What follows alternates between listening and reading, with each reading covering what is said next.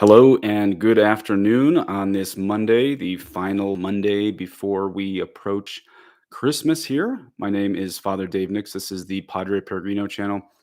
I've done some live views with or some live videos with my phone, but I've never done it with my computer. So I don't know if this is actually working. So if there's anybody, if you could just make a little note in the live chat. I've never used this microphone for this. So if you can, let me know how you hear me right now.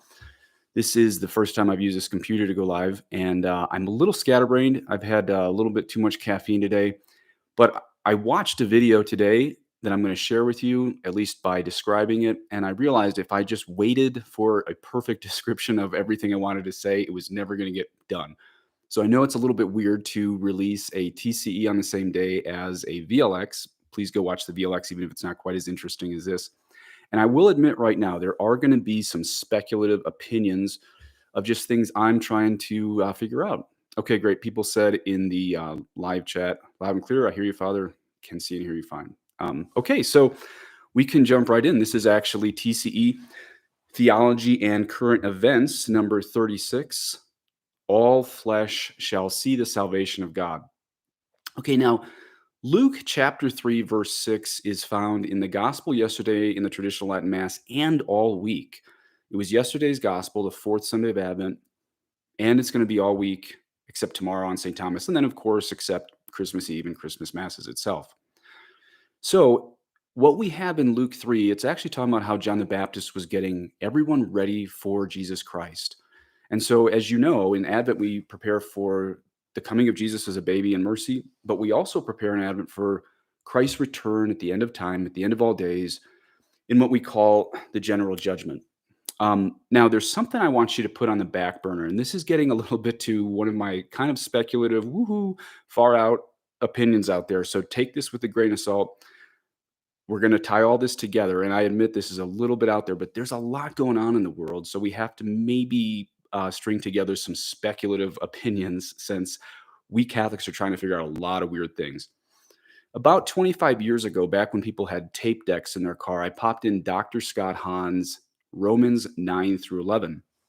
And in that, he explains many of the Jews never understood the promise that all the tribes would one day be reunited, especially since after the attack of the Assyrians in 722 BC and the Babylonians in 586 BC, what happened is the pureblood Jews ended up in what we now call a diaspora all over the world, but they were intermarried. So they're no longer pureblood Jews. So the big question was, how in the world would God bring back all the tribes of the Jews as promised? Well, what Dr. Scott Hahn shows very brilliantly in Romans 9 through 11 is it's the blood of Jesus that brings everyone through baptism, all the Jews that convert in these foreign countries who are half-breeds, half-breed Assyrians, half-breed Babylonians.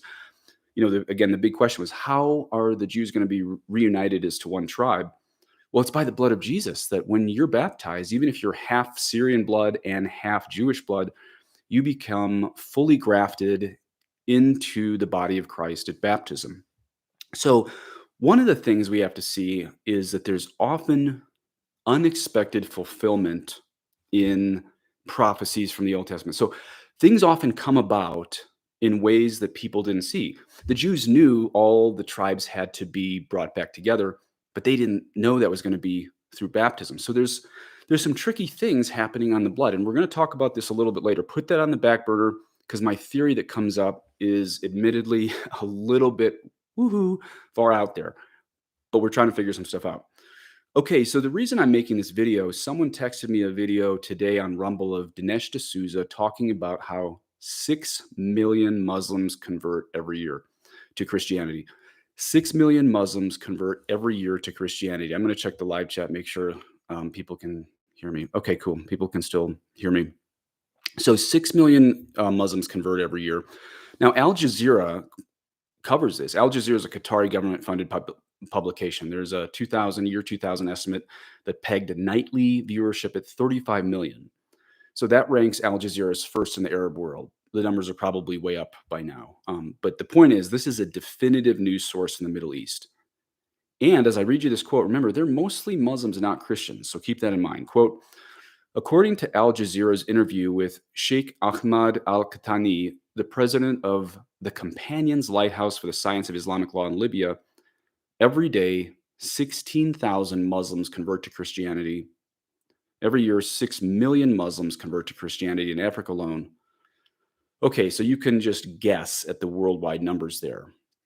6 million Muslims converting. Now, this is actually unprecedented.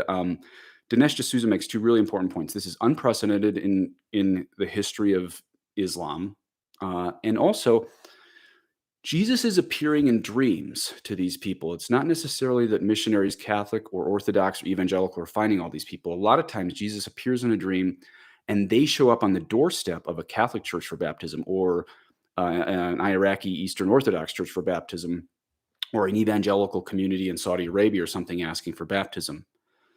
Now, if you look in Pius XII's Mystici Corporis, it was an encyclical written in 1943. It's also the Divine Intimacy Readings today. It's a book I really suggest. It says that on one hand, quote, Christ requires the help of his members. In other words, we have to go out and be missionaries to bring people to Christ if we want them to be saved by the passion, death, and resurrection of Jesus Christ, the merits applied through baptism. We have to preach the gospel first. Look at Romans 10. If people don't hear the gospel, they can't believe. And then we know if they don't believe, they're not going to go ask for baptism. So on one hand, Christ requires the help of his members. That's Pope Pius XII, his encyclical in 1943, Mystici Corporis. But also in Divine Intimacy today, it also quotes Mystici Corporis, and it says, it was quite possible for Christ personally to impart these graces immediately to men. It is quite possible for Christ personally to impart these graces immediately to men. Now, like I said, remember, Dinesh D'Souza talks about dreams. And let's look at what Peter says. St. Peter says this in Pentecost. I know we're putting a lot on the back burner. We're going to tie all this together. So just keep putting this on the back burner. Peter said this at Pentecost in Acts 2:17. And in the last days it shall be, God declares, that I will pour out my flesh on all. Let me read that again. And in the last days it shall be, God declares, that I will pour out my spirit on all flesh. And your sons and your daughters shall prophesy, and your young men shall see visions, and your old men shall see dreams. So notice right there, I'm going to check, make sure people can still hear. Cool. Notice right there that those two sets of two words, last days, and actually it's four words, men shall see dreams. So that's key in there. Acts chapter 2. In the last days, men shall see dreams. Now we're going to talk like what I put on Facebook and Twitter and Telegram. I did promise we're going to talk a little bit about the end days. My belief is personally Jesus is going to return soon in glory. You don't have to sign on to that to keep listening, because I'm just trying to put some puzzle pieces together. Matthew 24 is the big checklist to look through to see. I mean, yeah, of course, we don't know the day or the hour, but Jesus wouldn't have given us Matthew 24 if he didn't want us to kind of guess the year a little bit there. And one of the things is earthquakes. Secular organizations say we've had more earthquakes the past 100 years than any time in history. One of the things we know from Catholic doctrine is we're going to have the great apostasy when most Catholics leave the faith. That's going to be one of the requirements that we have to see on the planet before Jesus returns in glory. That doesn't mean they all leave baptism or the sacraments. It means they leave the faith, that most Catholics will leave the traditional Catholic faith for the great apostasy to happen, for Christ to return in glory. Another thing we know is going to happen is the great persecution. Now, when I explain this to most traditional Catholics, they don't think the great persecution has happened. I think they think back to, say, the second, third, fourth century first, second, and third century in Rome. That's when most of the martyrdoms happened. Maybe they picture people coming into traditional Latin Mass parishes in the Western Hemisphere and blowing it up and stuff. That would certainly make a lot of martyrs. However, when I tell most and I'm a traditional Latin Mass Catholic, so I'm not ripping on them, but when I explain this to most traditionalists, they get a little squirmy when I say, actually, we've had more martyrdoms the past 100 years than all 2,000 years combined. In 2,000 years, you've heard me say this before, we've had 70 million martyrs, but of that 70 million martyrs in 2,000 years, 45.5 million of them have died in the past 100 years, mostly due to communism and Islam. So we have had most Christian martyrdoms happen in the past 100 years. Just because it's not people coming in and taking people out in traditional Latin Mass parishes doesn't mean they're not martyrs. So I do think we can check that one off the list.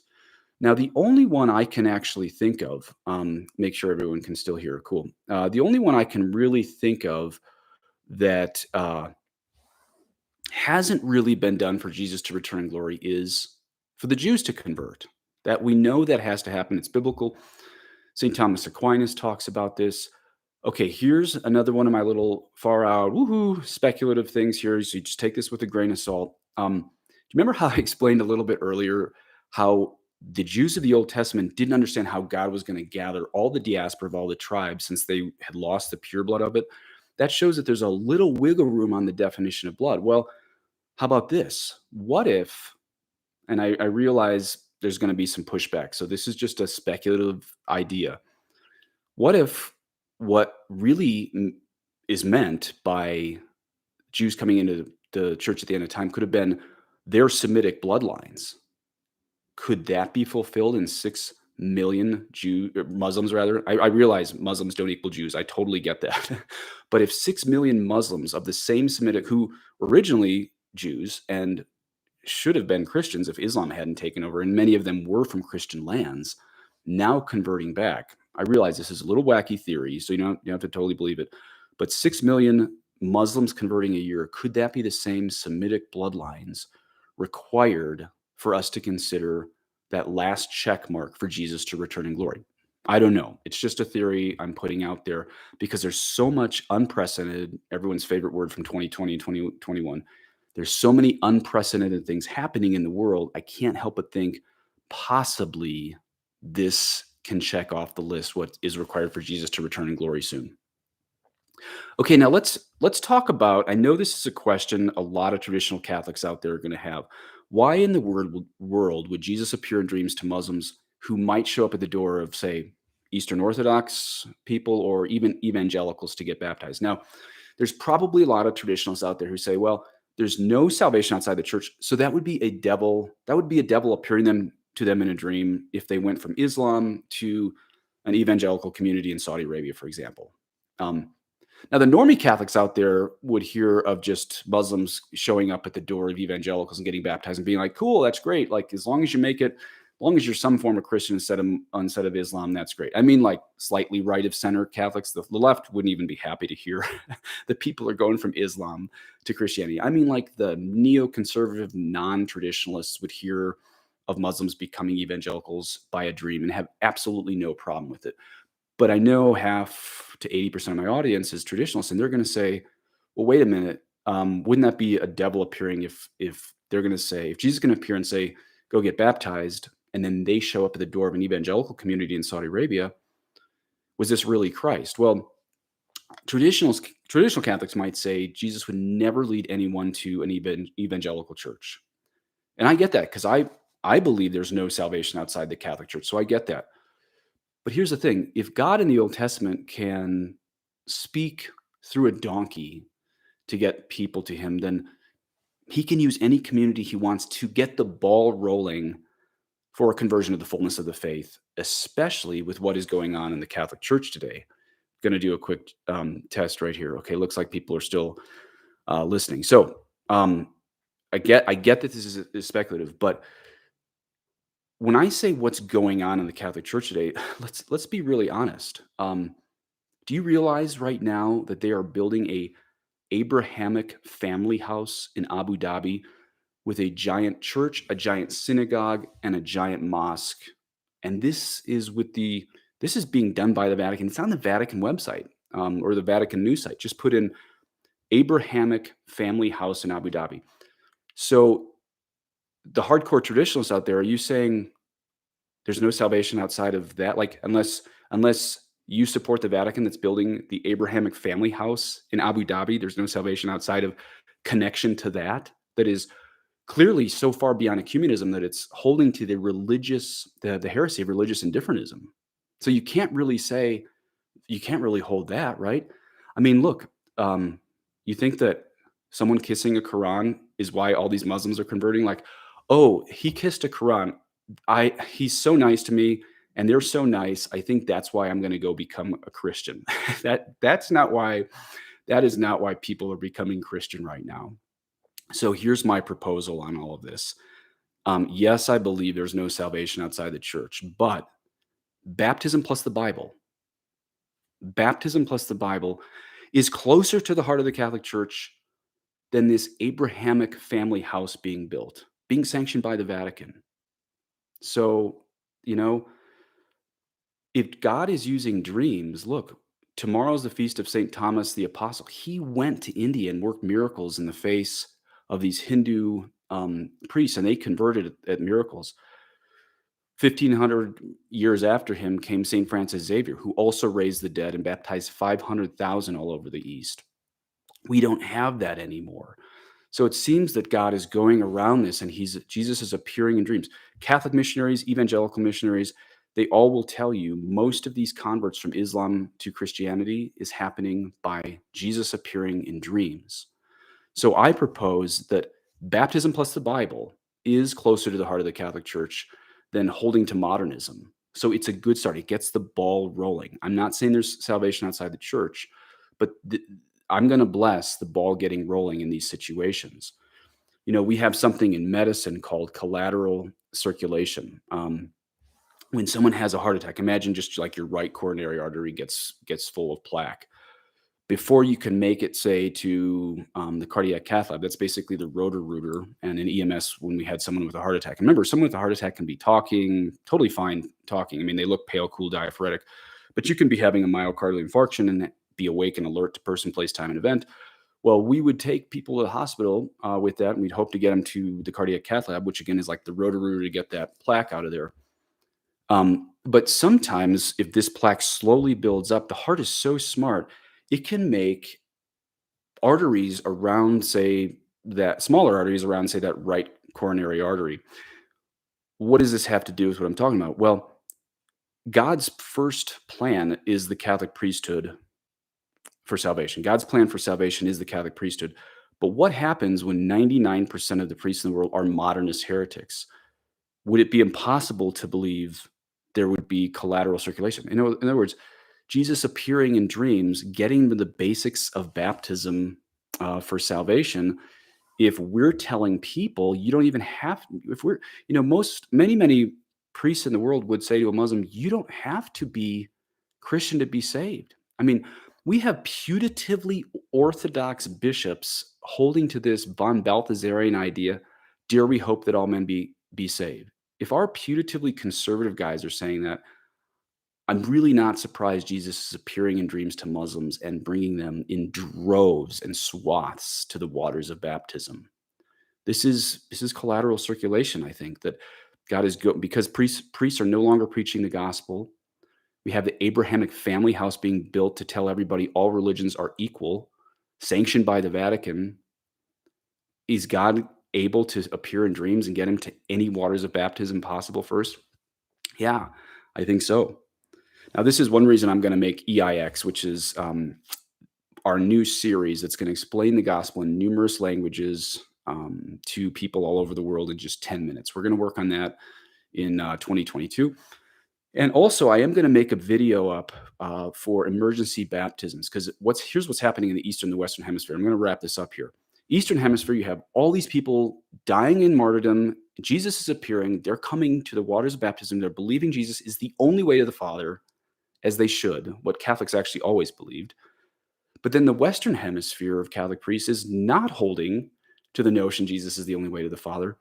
And we're getting locked down on the sacraments. So for the few priests out there, and even the lay people listening, you have to be ready to do emergency baptism. So I'm going to make a video, TCE, one of these TCEs in 2022 is going to talk about emergency baptism, because as the sacraments are getting locked down in the Western Hemisphere and the Eastern Hemisphere, all these people are coming to the sacraments. We need to be ready to have Muslims show up at our door, ready to become Christian. And if the sacraments become illegal by the very people who should be promoting them, we have to think a little bit outside the lines. I wish this was the 1950s. I wish this was the 1920s. I wish I could give you the same advice St. Alphonsus Liguori gave in the 18th century on this stuff. But there's miracles happening, and there's unprecedented apostasy happening from the top down in the church. So we have to think a little bit outside the lines, still holding to the fact there's no salvation outside the church. But again, just baptism plus the water of baptism plus the Bible is closer to the heart of the church than the heresy of religious indifferentism that Jesus is not the only way to the Father. So, if there's any priests listening, be ready to do baptisms. Be ready to accept Muslims. Tell them Jesus is the only way to the Father. And pray, please, everyone, pray for new converts that they make it not just to baptism, but to the one true Holy Catholic Church. Thanks for listening. May God bless you.